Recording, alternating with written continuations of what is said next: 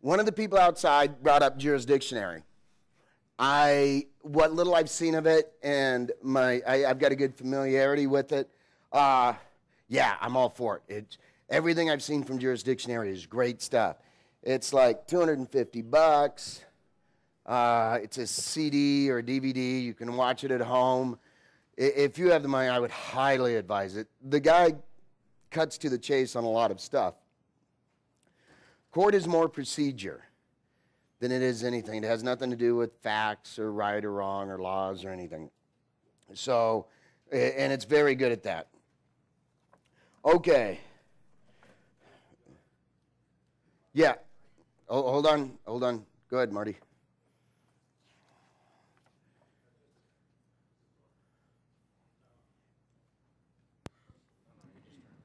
There is an on and off button on the microphone. Yeah. When you get the microphone, turn it on. Go ahead.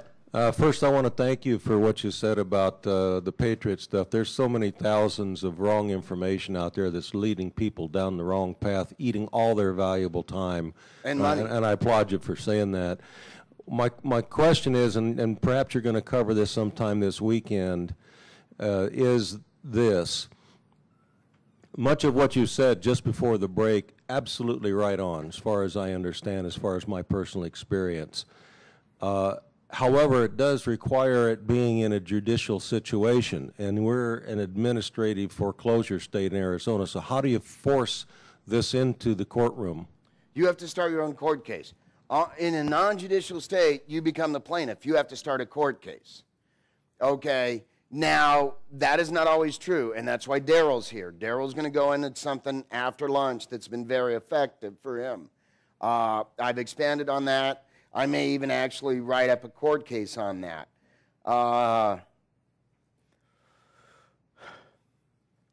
Non-judicial states, and I'm taking it for granted almost everybody, if not everybody, is here because they're from a non-judicial state.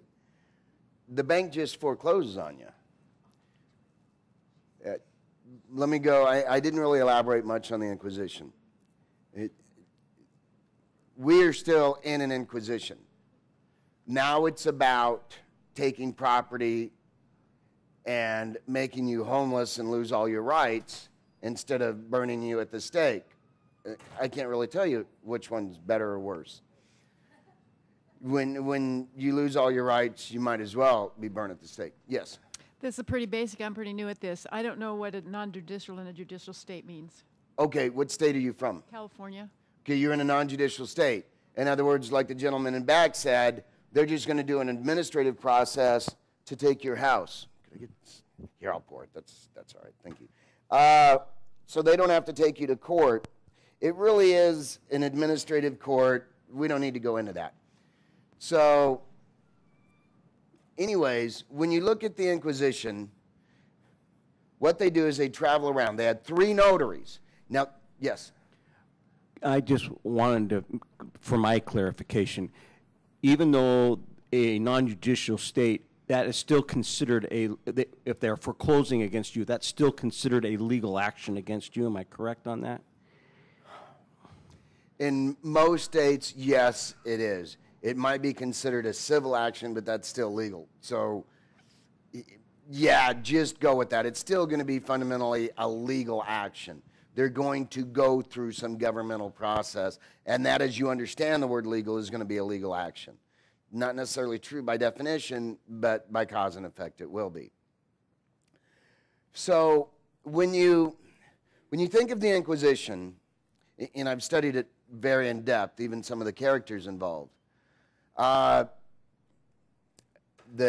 I say, the Inquisition ended in 1966.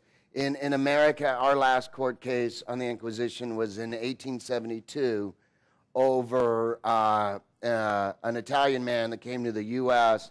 to get the U.S. court to interfere with the church to get his son back. So they would go around with 3 notaries. Back then, a notary had certain functions. One might be over property, one might be over accounting, one might be over having you executed. And these notaries would swear out testimony and sign it. And that went into their record of the court. How many documents get notarized to steal your house and get filed into the recorder's office? 3. 3. Always 3. Notice of trust, notice of assignment, notice of trustee sale, and substitution of trustee. What? That doesn't have to be put into the county recorder's office. They may, but it doesn't have to be. They can just notice you. Okay, there's 3 documents that the bank is going to file in the county recorder's office.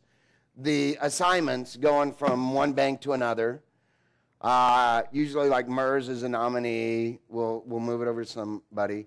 The substitution of trustee and the notice of trustee sale. It's exactly the same way it was done in the Inquisition. Law has not changed. It's done exactly the same way. So, yeah.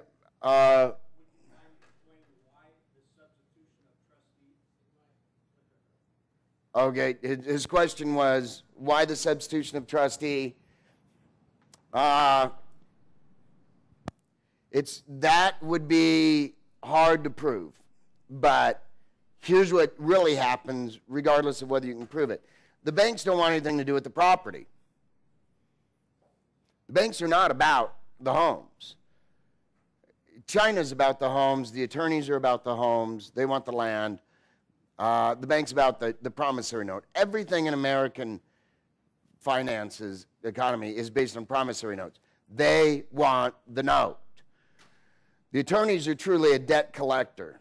They probably aren't attached to the banks at all. It's all a lie, every bit of it. The law firms, they want that land. They're a debt collector, and we can capture that in court, and that causes them a problem. So when the concept of the attorneys coming in saying they're representing the bank is proven untrue, then they have problems. Marty just had that issue in court, excuse me, and really upset the bank's attorneys, because they weren't the bank's attorneys, when he brought that up.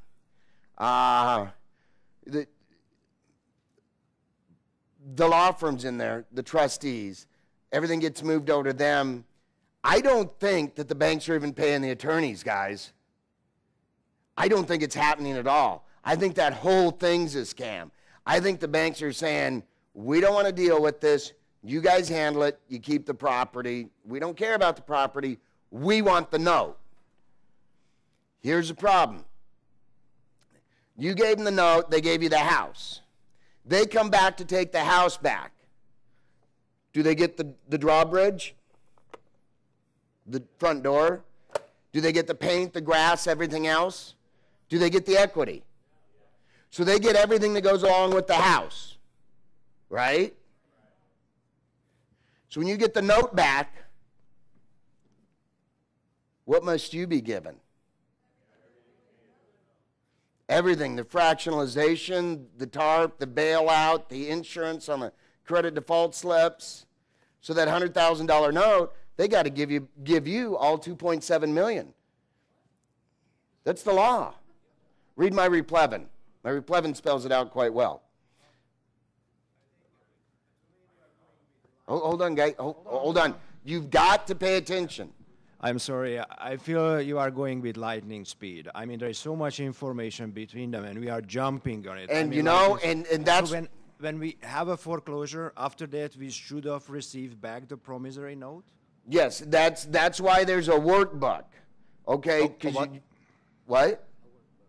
You didn't get a workbook? Yeah, okay, that's here. All right, okay. Yeah, you got to go through the workbook. Okay, yeah, we've got a lot to cover. I mean, we've got a week's worth of information to cover. I am going to be blowing through this. Absolutely. Yeah. So, but after a foreclosure, the person who been foreclosed on it should receive a promissory note back? It's very, very, very clear in law. They can't have both. If they take your house, they have to give you back the promissory note.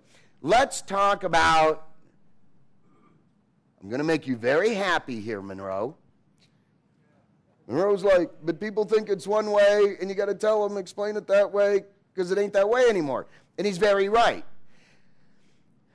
The way that it happened up until about 30 years ago, like I remember when I was a kid, living in a farming community with my grandparents in the summer, you know, farmers are concerned about paying off, because you know, they go broke for a while, they mortgage the house, they pay off the note, they get it back, they go broke for a while. It's just part of farming.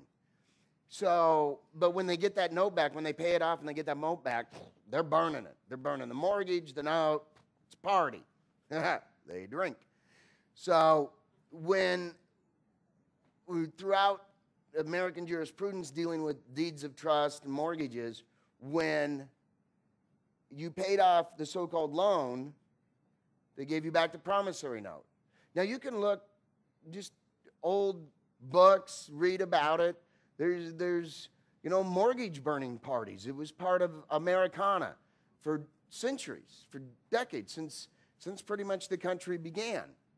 Because remember, banking goes back to Captain Cook and the Templars before that. So when you pay off the debt, you get the note back. You pay off a car. Do you get the note back? Yeah, sure you do. You're supposed to. You have to.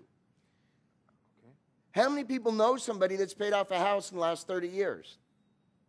Did they get their note back?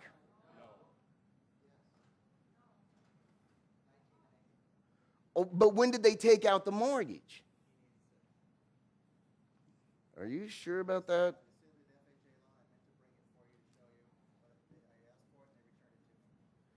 Okay, but you assumed a loan. You assumed a loan in 1986. But I got the note back. Okay, but when was the loan taken out? 80. I got Okay. the loan. The loan was taken out in 86. I assumed it in 88, and it got paid off and sold in 90, and they returned the note to me because I asked them for it. Okay, that's right around, because the UCC changed in the mid-'80s. You're probably right there at the cutoff. You're probably one of the last persons that will see that sort of thing. Most of us will have somebody, we've known somebody. Cindy, didn't your parents pay off the house a couple years ago? Did they get the note back? No. See, but they had refinanced, what, like in the 90s or something? Or when did they bought it? I don't know, 20 years ago? Yeah. Well, Okay, hey, so, Hey, okay. I bought a house and I got the note back, but I bought it from a private party. I didn't buy it from a bank. Absolutely nothing Yeah. to do with anything. But no, what it really comes down to, and we're winning against the banks, is because they don't produce the note.